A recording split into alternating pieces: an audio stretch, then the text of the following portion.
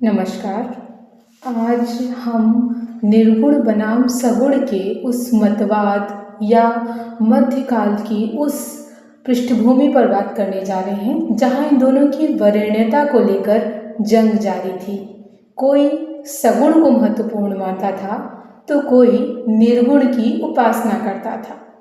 इन दोनों में विरोध इस कदर बढ़ा कि लोगों में आपसी वैमनस्य की स्थितियां आ गई, जबकि ये दोनों एक ही ब्रह्म के रूप हैं। इसीलिए सूरदास और बाद में आगे चलकर तुलसीदास में हम इन दोनों विचारधाराओं का समन्वय देखते हैं। सूरदास सगुण पक्ष में अपनी बातें रखते हैं, विशेषकर भ्रमर गीत प्रकरण में। हम देखते हैं कि समस्त भ्रमर गीत की जो योजना की गई है वो उन्होंने निर्गुण पर सगुण की विजय दिखाने के लिए की है। पर प्रश्न ये है कि ये जो भक्त कवि हैं, जो मध्यकालीन भक्त हैं, वो क्यों निर्गुण पर सगुण की वरेण्यता को दर्शाना चाहते हैं।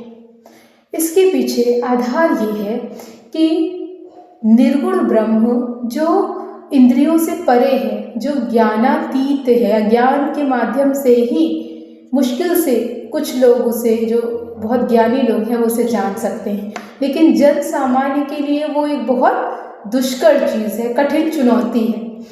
तो जन सामान्य के लिए जो सरल सुगम रास्ता है वो सगुण भक्ति का है।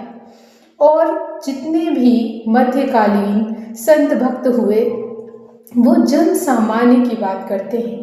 वो राज्य रजवाड़ों के लिए काव्य रचना नहीं कर रहे थे।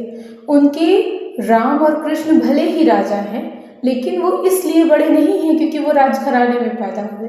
वे इसलिए बड़े हुए कि अपने कर्म में वे छोटों से जुड़ते हैं या छोटों के लिए हैं।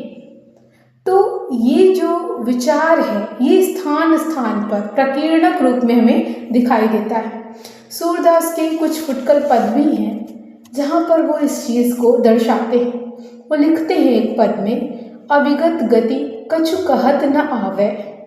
अविगत, जिसे जाना नहीं जा सकता, न विगत इति अविगत, उसकी गति के बारे में कुछ भी कहना संभव नहीं है। जो गूंगे मीठे फल को रस अंतर्गत ही भावे।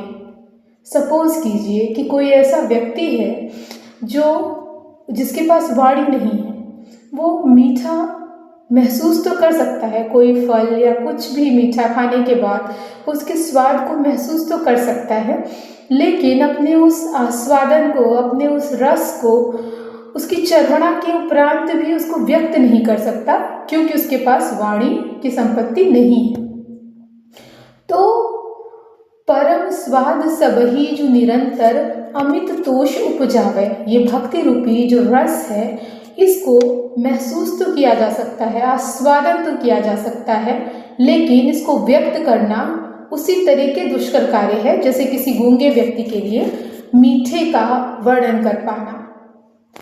मन बानी को अगम अगोचर सो जाने जो पावे। वो जो ब्रह्म है वो मन के लिए और वाणी के लिए अत्यंत दुष्कर है वहाँ तक पहुँचना। न गमिष्यति, न गमनीय इति अगम, और अगोचर जो इंद्रियातीत है, इंद्रियों के द्वारा जिसे महसूस नहीं किया जा सकता।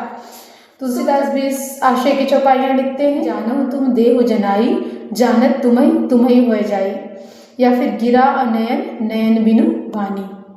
तो यहाँ पर ये बताना चाहते हैं कि वो जो निर्गुण ब्रह्म है वो महसूस करने से ऊपर की चीज़ है, उसे व्यक्त नहीं किया जा सकता क्योंकि हमारी जो इंद्रियां हैं ये सांसारिक हैं, सांसारिक विषयों के साथ इनका सन्निकर्षण होता है, लेकिन अव्यक्त को व्यक्त करने में ये सक्षम नहीं है।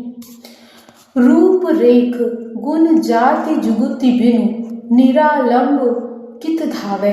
ये जो मन है इसे एक आधार चाहिए जिसका कोई रूप नहीं है, जिसकी कोई आकृति नहीं है, जिसकी कोई जाति नहीं है, जो गुणातीत है, त्रिगुणों का अभाव है, जिसके भीतर त्रिगुणाबाधित है, उसे कैसे जाना जा सकता है, और मनुष्य की बुद्धि जो चंचल है, मनुष्य का मन जिसमें वो घूमता रहता है, चंचलम ही मनः कृष्ण। तो इस मन या इस इंद्रिय के माध्यम से उस अनंत तक मनुष्य कैसे पहुंच सकता है।